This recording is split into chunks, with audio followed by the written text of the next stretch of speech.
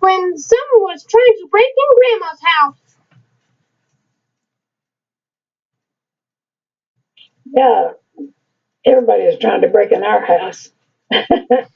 But my sister said, "Wake up, Helen!" Said someone's trying to break in our house, and of course I was always scared anyway, and I went yelling, "Daddy, bring the gun!" And the guy run, and it was a good thing because after Dad and him got up and everything, turned on the light, there was just a pile of shavings down there where he knew something was holding that door, and he was trying to get in there, and he just shaved a whole pile of shavings down there. That's how sharp that knife was. And Elsie jumped up and tried to catch him, and she said, "I almost did too." Well, if his knife was that sharp, you know what he'd done? He'd have stabbed her. And but anyway, he went on over to some other people's house and was trying to peek in at them, and the women, one of them got a hoe and one of them had a knife, and anyway, they made him sit, and they called the law. And I guess he kind of lost his mind, and but with a sharp knife like that, he certainly wasn't coming in to be friendly.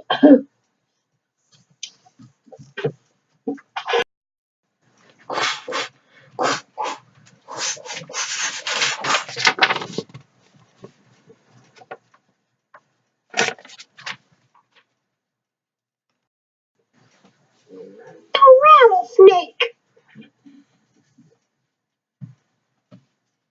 Oh, I was uh, going. I forgot which one. Oh, I was watching a movie with George one night, and he went to sleep, and I thought he was awake. I was watching the TV, and they came through with a big herd of cattle, and all of a sudden, right, the whole screen was full of rattlesnake with his tail up, rattling those rattlers, and struck out at the camera, and I just let out a big scream, like to scare George to death. He didn't know what in the world had happened. He was asleep. And I said, "Snake," and he was looking down on the floor like he thought if I was that scared, it had to be in the bedroom.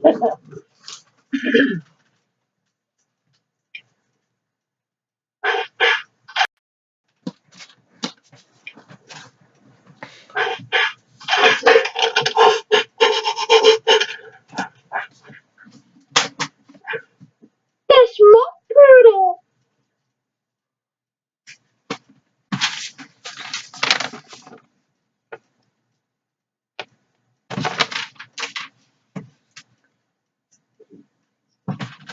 Smoke.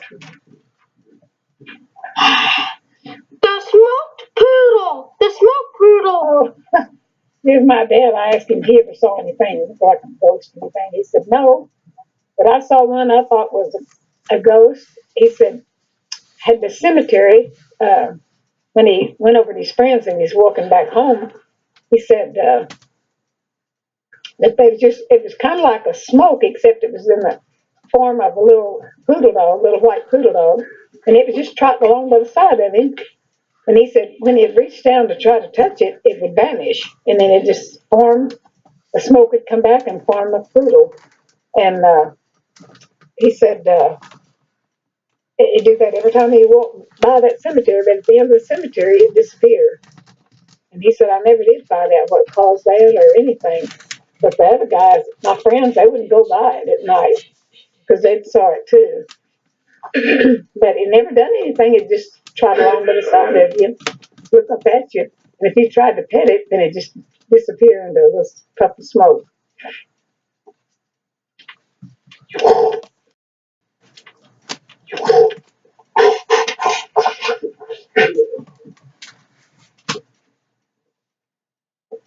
The cigarette butt.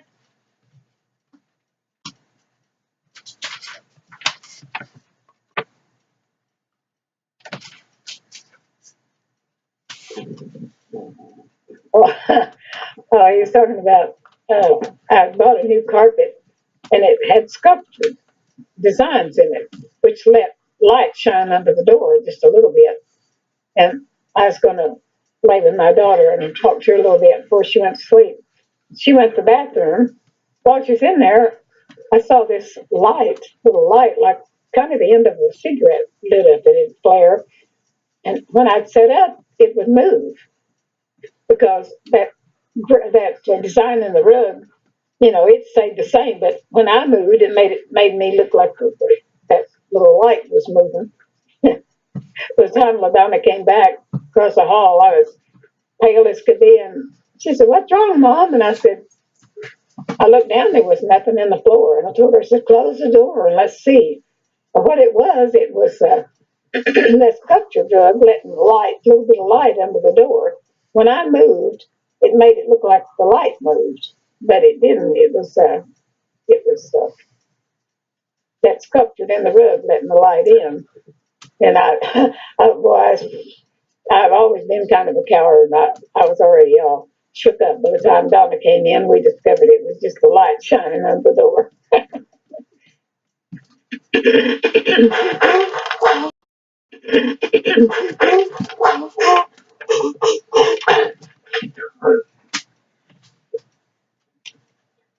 A bear.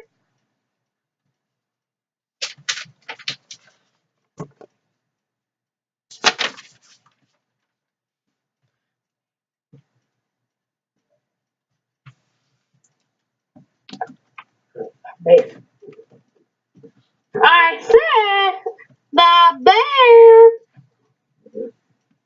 oh, the bear that your grandma saw, yeah, she went up in the mountains and they had a picnic up there and it got dark. And she was walking up the side of the mountain back to the highway to get in the car and she kept hearing a noise. And she said, uh, she looked back and she thought, well, boy, that's getting closer.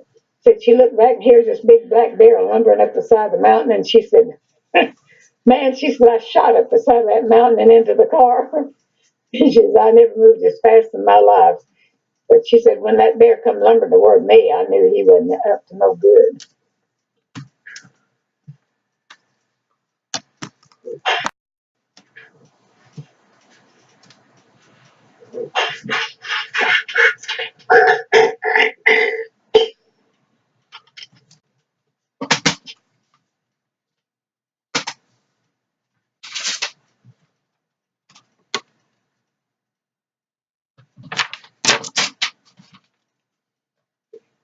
When Grandma's when Grandma's furnace stopped working. Well, when my furnace stopped working, I about froze. and and my grandsons come to work on it, and they worked and worked, and finally, they was trying to find a part, and the stolen part they wanted us to call a high-priced plumber. But anyway, finally, somebody helped them find the part, and they put it on. I said, boy, I was so thankful for a good warm fire.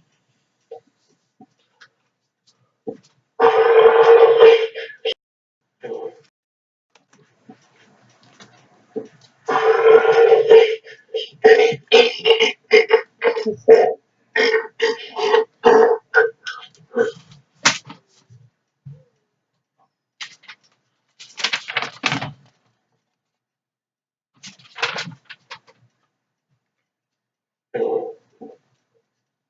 When Grandma was in Fort Smith. I said when Grandma was in Fort Smith. when I was in Fort Smith, Uh-huh. Yes. oh, yeah, that I heard somebody outside, and I heard them. They'd come up to the door, and then I'd hear them go back out in the yard. And it scared me. I thought they was trying to find a place to get in. And I think they're just trying to find out if anybody was home. And but Boy, I was glad to see my husband get home from work that night.